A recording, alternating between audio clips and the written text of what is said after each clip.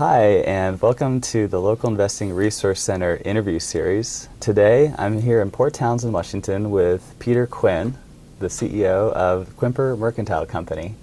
Peter, thanks so much for joining me. Thanks, James. Appreciate it. Yeah.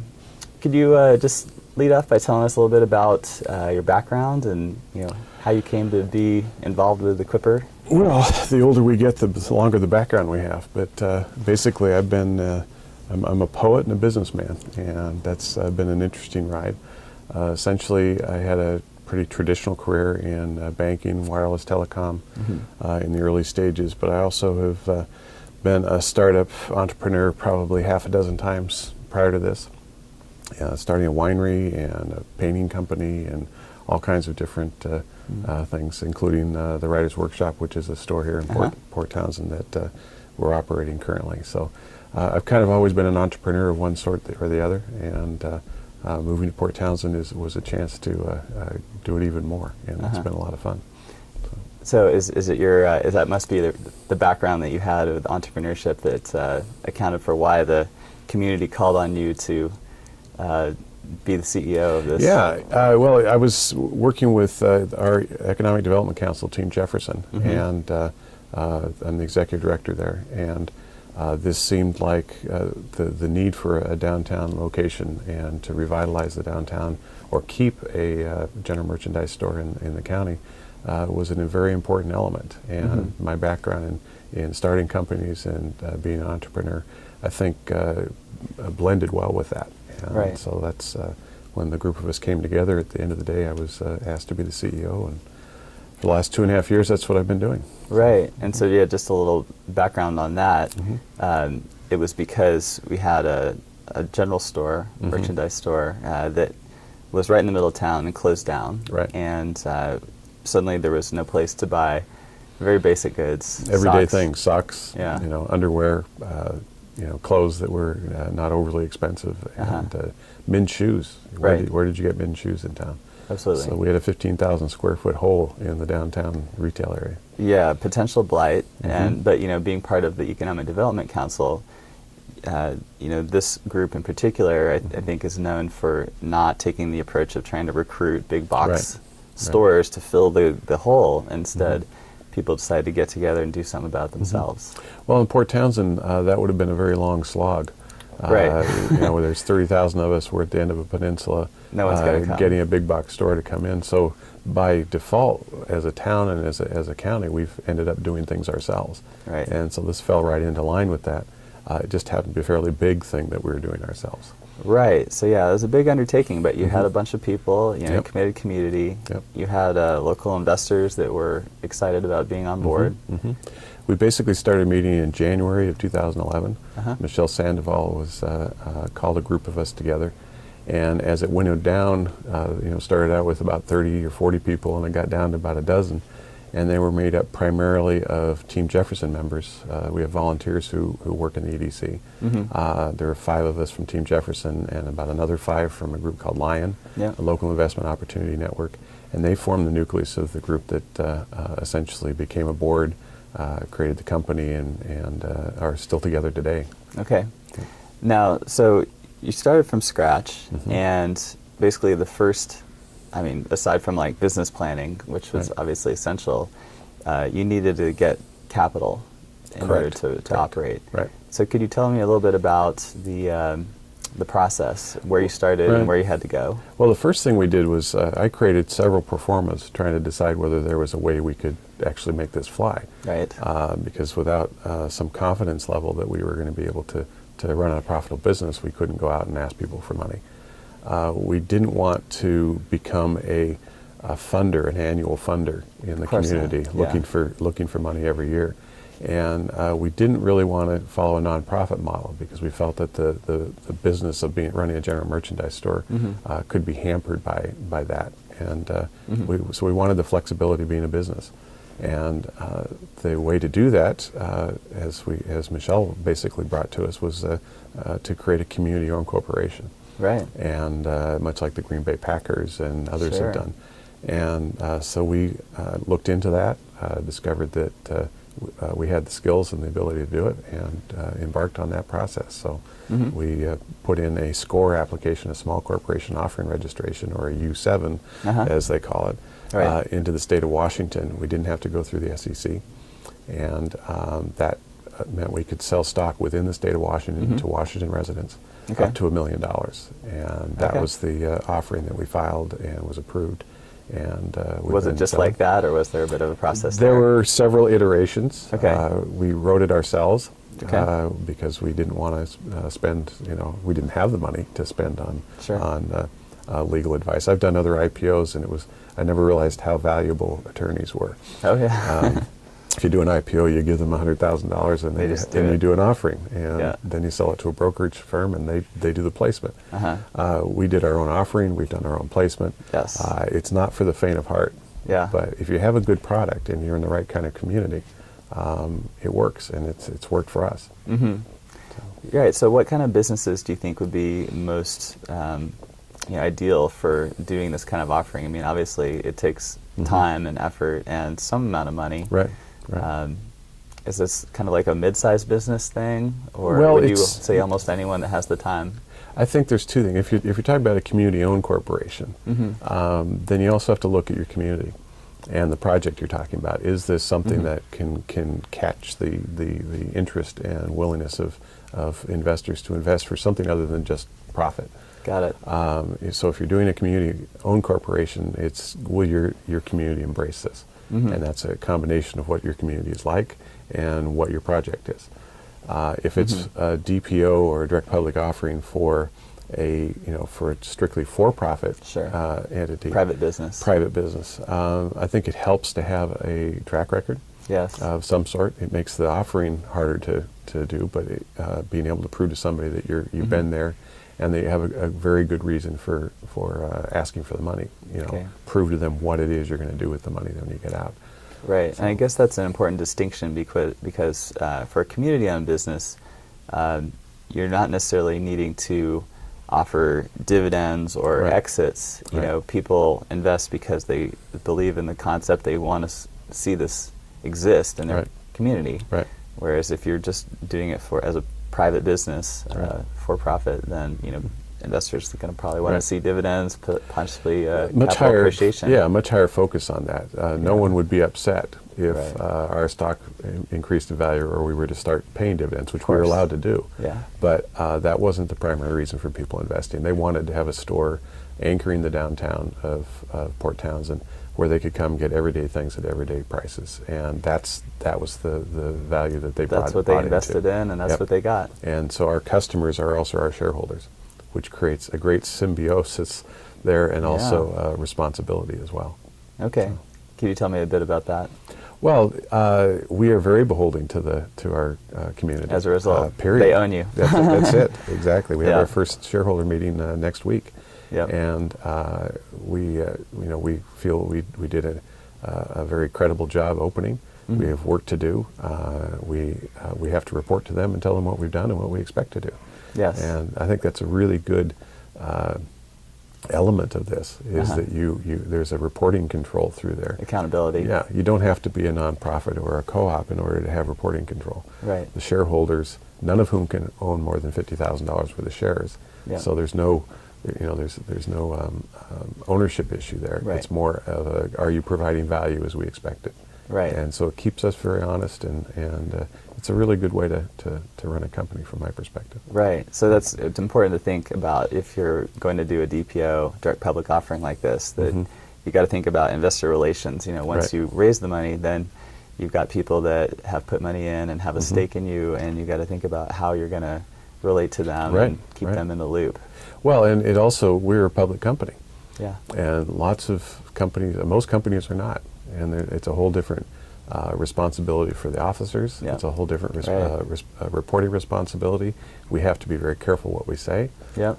And it's kind of a training process we're in right now. People say, well, how are you doing? We can't just tell you that. We have to tell everybody that Tell at the everybody same at time. the same time, right. And it's hard when you're a shareholder in a small community to accept that. Yes. And that's probably what I've spent more time explaining is I Okay. really can't tell you what our actual results are. Got it. We just sent them out to everybody at the There you same go. time, and that's what you do with a public company. So people need to know that going in. Right. Okay. And so, the upside is that you're able to raise about how much out of your target? Today we've raised $650,000, Okay. round numbers, and That's significant. yeah, we had to raise $425,000 to get started. We are continuing. We extended our offering for another year because we don't want to continue to go back to the community. We want to be a one-time raise Totally. and open the store and have it run on its own merits since then. Okay. And so we're continuing this offering to essentially add inventory. Right. And that's, only a Walmart could put 20 container loads of merchandise into a Right. building and open the next day with everything you're supposed to have. Yeah. A retail store of any other ilk has to build inventory. Got it. And the good news is a lot of that inventory is provided through funds for the shareholders, not through loans and things along that line. Yeah, absolutely. So the debt load is probably very Debt low load at is this very point. low. Mhm. That's great. Yep. Okay. Okay, so tell me, would you mind sharing a few key lessons that you learned along the way of this process? First key lesson is Quinn. Somebody wants you to be the CEO of a DPO. It's a lot of work, and you don't want to underestimate that. If there were two things that I would do differently from a fundraising perspective, we started with $50,000 of our own money. The founders of the board purchased $50,000 worth of shares. We were concerned about undervaluing that. I would start with more. I would require the board to buy more. We could have sold more, and it would have been useful to have that while we were waiting to reach our impound amount, which was $425,000. Right. So you need some kind of bridge financing Yeah. to get to the point where Right. you're. And the only place it can come from is the founders. You can't get it from somewhere else. Really? If it's a startup. If it's an existing company, then you have existing loans in place and things like that. Got But it. if it's a brand new company, then make sure you have some good founders' money in there to carry you through while you're planning. Okay. That slowed us down a little bit, and we couldn't make some financial commitments that we wanted to Right. before hitting impound. And the other thing is just we have worked as a volunteer board for the last 2.5 years on a for-profit organization. It's hard to find people willing to do that. We've Yeah. been extremely lucky to do that. But you do have issues of board fatigue. Yes. We were literally hammering and nailing the building together. I saw that. and trying to raise funds at the same time. Yeah. And that was very difficult. It was necessary, but that took a lot of time and energy. Right. And so I think it's really important to just not underestimate the time it takes. And this board will probably volunteer at least through this year. Wow. Ultimately, we'd like to be pulling a profit together and being able to pay at least some honorarium to the board. Sure. But none of us felt comfortable with that until we felt like we had the stock offering done. Got it. And so this is not a get-rich-quick scheme. No. It's a get our community in a set that we're really happy to be here. Well, that's huge, though, and Yeah. and I think that the fact that the board is willing to work that hard speaks a lot to the community nature of the whole project. Yeah, absolutely. That Absolutely. people are willing to volunteer when it's something they believe in, Yep. and they see that the community needs. Absolutely. Absolutely. So that's great. Was there anything else you wanted to share about what you learned about this process? It's been said before, but it takes twice the time and twice the money that you expected it to. Right. And the other thing is plan. Make sure you're planning. I pound business plans through people's heads, and Yeah. we had a plan. We had a schedule. We had a timeline. You can't underdo that. We ended up hiring a tremendous staff. That wouldn't have been done if we hadn't spent the time to do it right. You only do get one chance to start, and Right. and the people that you start with are the most important. So we feel we have 8 employees now, and we feel each one of them is an asset and the perfect person to be running that store. Wonderful. And that was a total important element to us, was get the right people in the door. Yeah, and congratulations on creating those jobs, too. Yeah, no, that was a key element from the Yeah. Economic Development Council's Sure. perspective, was Yeah. return the jobs. Absolutely. Yep. That's and great. the sales tax revenue and the B&O revenue and Yeah. all that kind of thing. So Right. So it worked. It did. It did work. Yeah. Wonderful. Yeah. Can you tell us a bit about, current projects, plans, where does it all go from here? Well, from a Quimper perspective, or Sure. or both. Quimper, essentially, we're basically all the money we're raising through stock sales currently is going into new inventory. Okay. It's a critical element to have the selection we need and also have the revenue that we need from turns of inventory to make that work.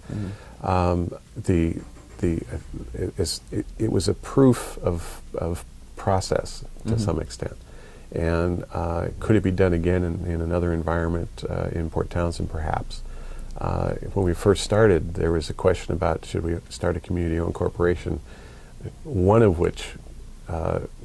its tasks would be to start a retail store, and then it would move on to the next one. Okay. And we decided to make Like this a one community development company. Yes, Almost. yeah, and we decided to make this different from that, and make this a single purpose. Focus. And but maybe there's another one that needs to be done.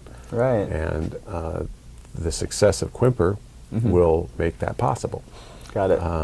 And you have like some then accumulated wisdom right, and within the people, community on how to do that. right, and people will come and say, okay, well, you've got another one, and this is another good idea. Right. But you have to do that carefully. Yeah, of course. And because it's such a big it's not commitment. easy to raise funds or find the staff that'll do that for you. But Right.